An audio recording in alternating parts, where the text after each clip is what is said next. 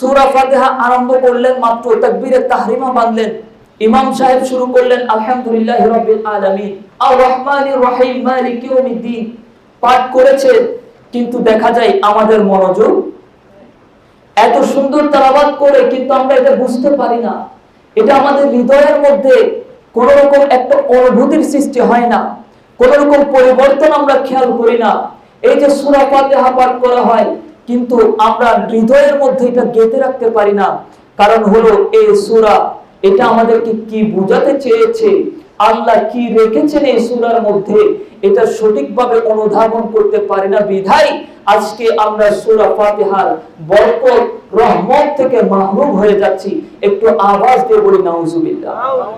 তো হাদিসে কুদসির মধ্যে রব্বুল আলামিন ইরশাদ করেছেন, কাসামতু সলাতা বাইনি ওয়া বাইনা আবদি নিসফাইন, নামাজকে আমি আল্লাহ দুই ভাগে ভাগ করেছি, নিসফুহা লি ওয়া নিসফুহা লি আবদি, এর একটা অংশ হলো আমি আল্লাহর জন্য, আরেকটা অংশ হলো আমার বান্দার জন্য, ওয়া লি আবদি মা সাআলা, আর আমার বান্দা নামাজের মধ্যে যেটা চাইবে আমি আল্লাহ সেটা দিয়ে দিব। ইজ ক্বালাল আবদু আলহামদুলিল্লাহি রাব্বিল আলামিন, নামাজের মধ্যে যখন আপনি দাঁড়িয়ে গেলেন, দাঁড়ানোর পর যখন আপনি আলহামদুলিল্লাহি রাব্বিল আলামিন তেলাওয়াত করলেন, আপনি যখন বললেন সমস্ত প্রশংসার মালিক একমাত্র আল্লাহ, যিনি সমগ্র বিশ্বসমূহের মালিক, এই সুন্দর কথাটা, এই সুন্দর বাক্য, এই সুন্দর ছোট আয়াতের মাধ্যমে যখন আপনি আমার আল্লাহর প্রশংসা শুরু করে দিয়েছেন, তখন আল্লাহ আর চুপ থাকে না, তখন আল্লাহ আর দেখে থাকেন না। আমার আল্লাহ এর উত্তর দিয়ে বলেন, হামিদানি আবদি, দেখো দেখো আমার বান্দার নামাজে দাঁড়িয়ে আমি আল্লাহর প্রশংসা শুরু করে দিয়েছি। সুবহানাল্লাহ। এরপরে আপনি যখন বলা শুরু করেন আর রহমানির রহিম, পরম করুণাময় অসীম দয়ালু, ওগো আল্লাহ তুমি রহমান, তুমি রহিম, তুমি দয়ালু, তোমার দয়ার শেষ নাই, এই প্রশংসা গুণ যখন আপনি আল্লাহর গাইলেন, আমার আল্লাহ আর চুপ থাকে না।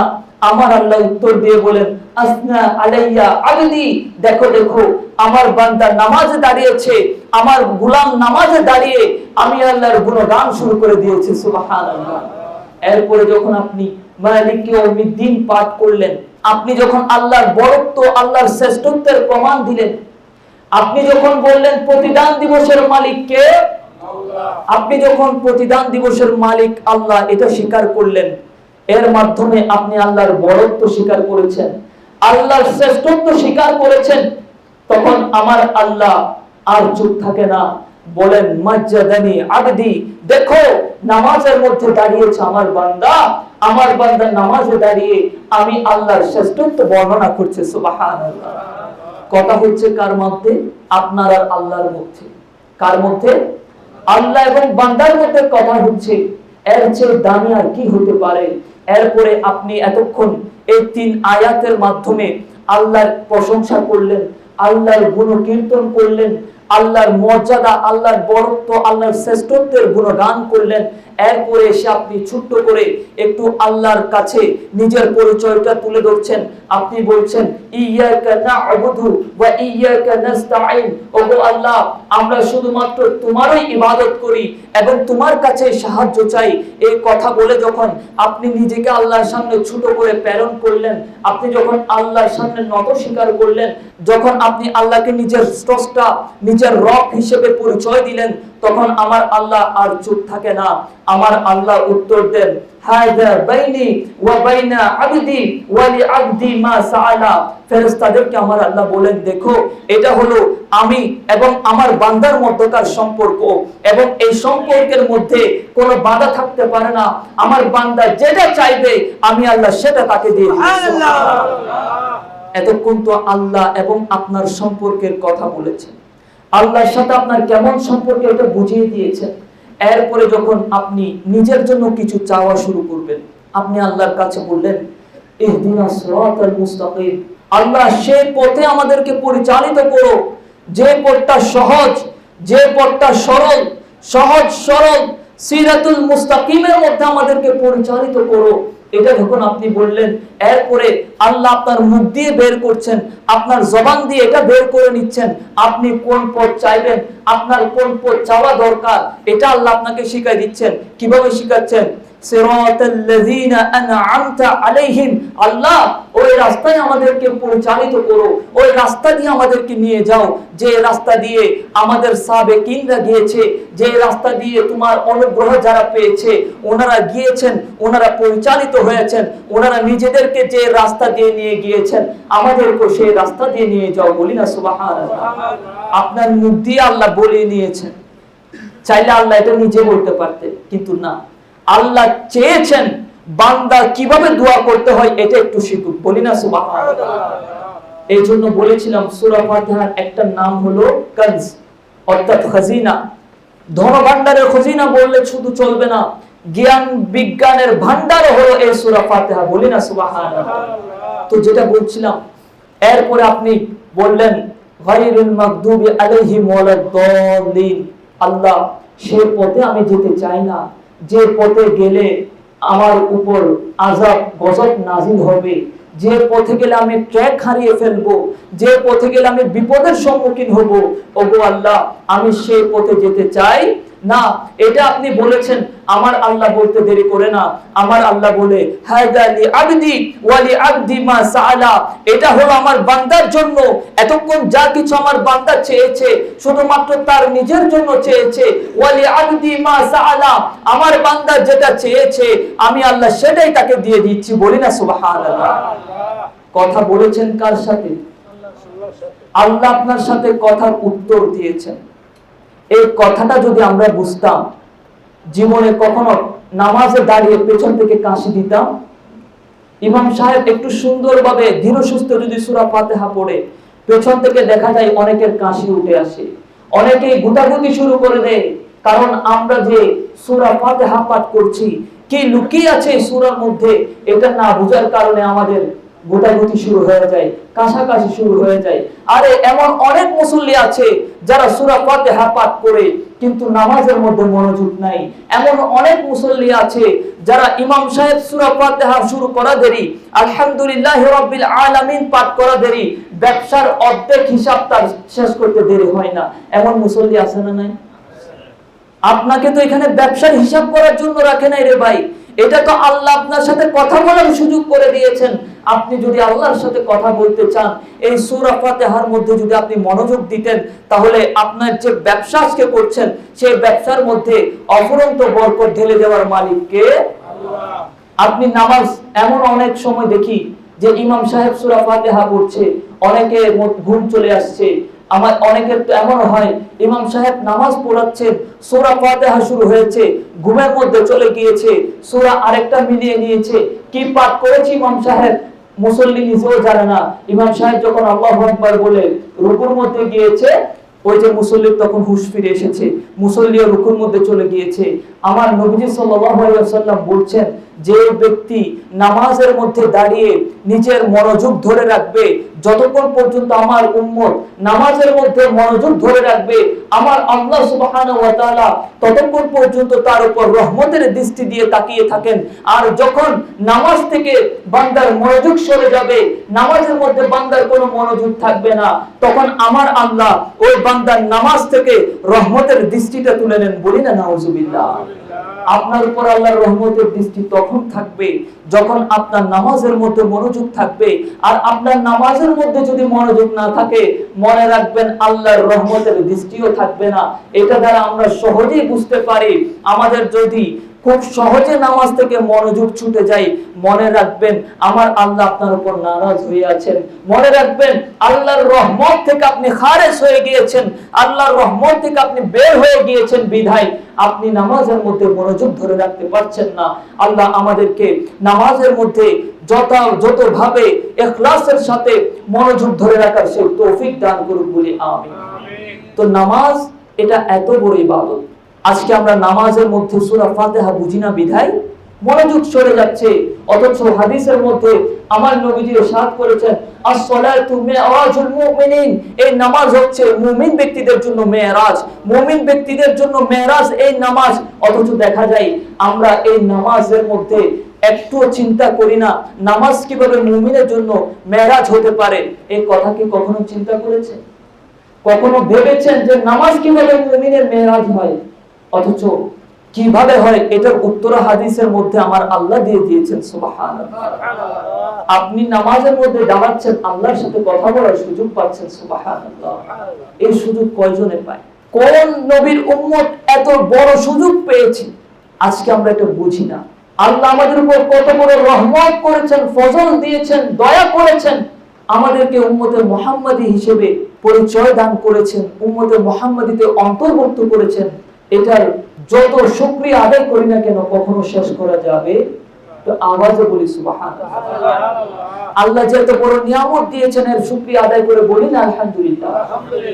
এরপরে যদি আসি, এভাবে আরো অসংখ্য ফাজাইল সূরা ফাতিহার আছে। আমার নবীজির দরবারে হযরত জিবরাইল বসা, হঠাৎ তিনি আসমান থেকে একটা দরজা খোলার আওয়াজ পেলেন। এমন একটা দরজা খোলা হচ্ছিল যে দরজাটা আগে কখনো খুলে নাই।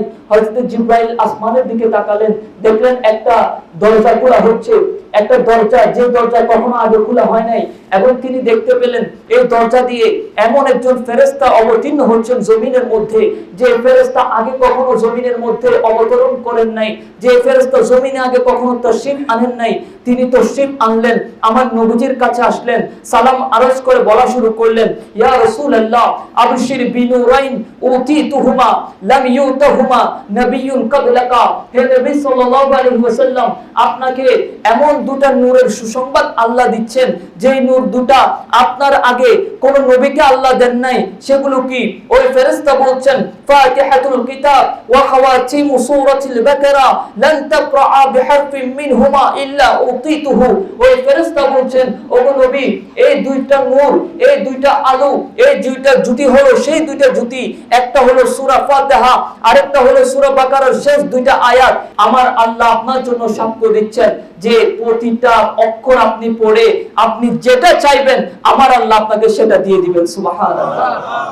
এই সূরা ফাতিহা পড়ে আপনি যেটা চাইবেন সেটা দিয়ে দেওয়ার মালিক কে? আল্লাহ। আমরা তো চাইতেই জানি না, কিভাবে চাইতে হবে আল্লাহর কাছে এটাই জানি না। অথচ আমার আল্লাহ সূরা ফাতিহার মধ্যে কত সুন্দরভাবে আমাদেরকে জানিয়ে দিয়েছেন, শিখিয়ে দিয়েছেন কিভাবে আল্লাহর কাছে চাইতে হবে। শুধু আল্লাহর কাছে চাওয়া নয়, আমার আল্লাহ এটাও শিক্ষা দিয়েছেন, দুনিয়ার মধ্যে যখন তোমরা কারো থেকে কিছু চাইবা কিভাবে চাইতে হবে, এটাও আমার আল্লাহ শিক্ষা দিয়েছেন। আজকে যদি আমরা দুনিয়ার কথা একটু বলি, দেখবেন আমরা যখন কোনো নেতার কাছে যাই, কোনো ব্যক্তির কাছে যাই, আমাদের বড় জনদের কাছে যাই, যখন আমাদের কোনো কিছু দরকার পড়ে আমরা প্রথমে গিয়ে যেটা দরকার সেটা চাই না। আপনি কি আপনার বাবার সাথে গিয়ে প্রথমে বলেন, বাবা আমাকে 200 টাকা দাও, 2000 টাকা দাও, এটা বলেন?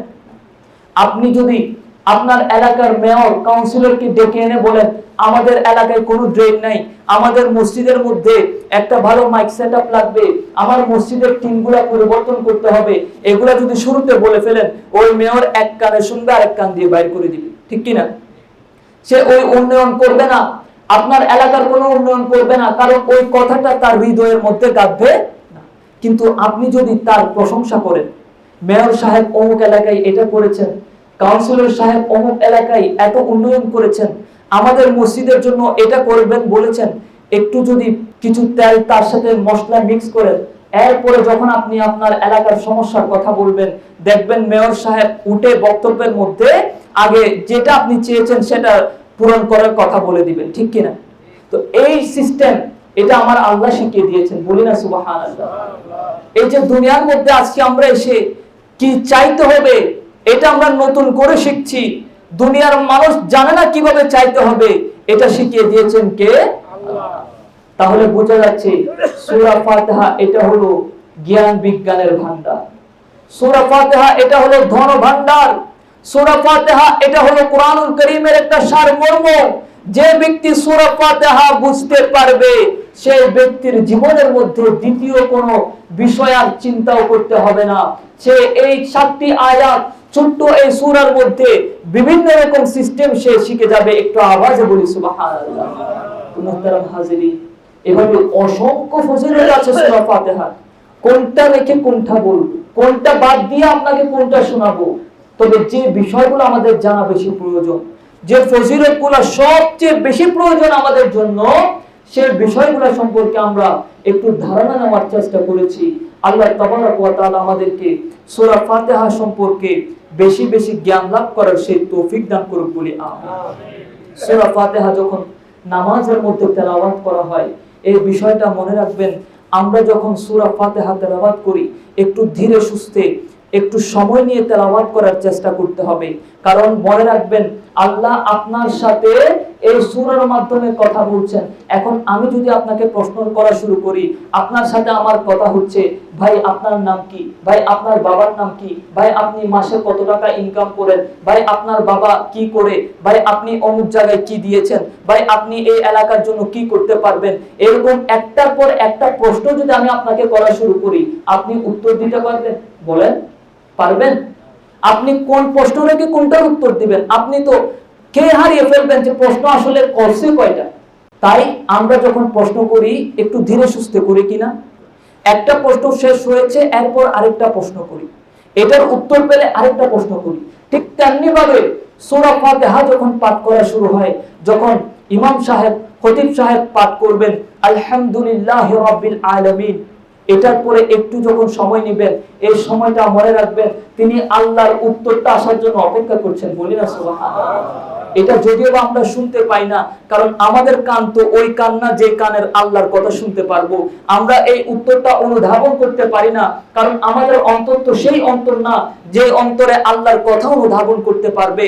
এই অন্তর তখন সেই অন্তর অনুধাবন করতে পারবে, এই কান তখন সেই কান হতে পারবে যখন সূরা ফাতিহা আমরা আস্তে ধীরে ধীরে সুস্থে পড়া শুরু করব, যখন বুঝতে শুরু করব, 5 ওয়াক্ত নামাজ আদায় করব, ইবাদত আমল যখন আমাদের শুরু হবে, আস্তে আস্তে যখন আমাদের কলব পরিষ্কার হওয়া শুরু করবে, আল্লাহ তাবারাক ওয়া তাআলার পক্ষ থেকে যে নিয়ামত আমাদের জন্য বরাদ্দ আছে, সেই বিষয়গুলো আমরা অনুধাবন করতে শুরু করব। একটু আওয়াজে বলি সুবহানাল্লাহ। এই জন্য বলা হয় সূরা ফাতিহা পড়তে হবে একটু আস্তে ধীরে ধীরে সুস্থে। এখানে আপনি যুদ্ধে যাচ্ছেন না যে তাড়াতাড়ি আপনার করতে হবে, কারণ মনে রাখবেন আস-সালাতু মি'রাজুল মুমিনিন, নামাজের মধ্যে আপনি দাঁড়িয়েছেন, আল্লাহর সামনে দাঁড়িয়েছেন। আজকে আপনি সিজদা করছেন আটকলনি জামে মসজিদের ফ্লোরে নয়, আপনার মনে রাখতে হবে আপনি সিজদা করছেন আমার আল্লাহর পাক কদমে। বলি না সুবহানাল্লাহ। তো আল্লাহর কদমে যখন আপনার সিজদা করছে, ওই সিজদাটা যদি হয় শুধুমাত্র নামকা ওয়াস্তা সিজদা, তাহলে এই সিজদা দেওয়ার কোনো প্রয়োজন নাই। এটা একটু মনে রাখবেন। আল্লাহ সুবহানাহু ওয়া তাআলা আমাদেরকে যথাযোগ্য আমল করার সেই তৌফিক দান করুন বলে আমিন। তো মুহতারাম হাজিরিন, যেহেতু আমাদের সময় শেষ, আমরা সূরা ফাতিহার যে মূল তাফসীর এটা ইনশাআল্লাহ আগামী জুমা থেকে শুরু করব, এবং আগামী এক জুমায় আমরা সূরা ফাতিহার মূল যে তাফসীর সেটা শেষ করব বলি ইনশাআল্লাহ। ওয়া আখিরু দাওয়ানা আলহামদুলিল্লাহি রাব্বিল আলামিন। আসসালামু আলাইকুম ওয়া রাহমাতুল্লাহি ওয়া বারাকাতুহু।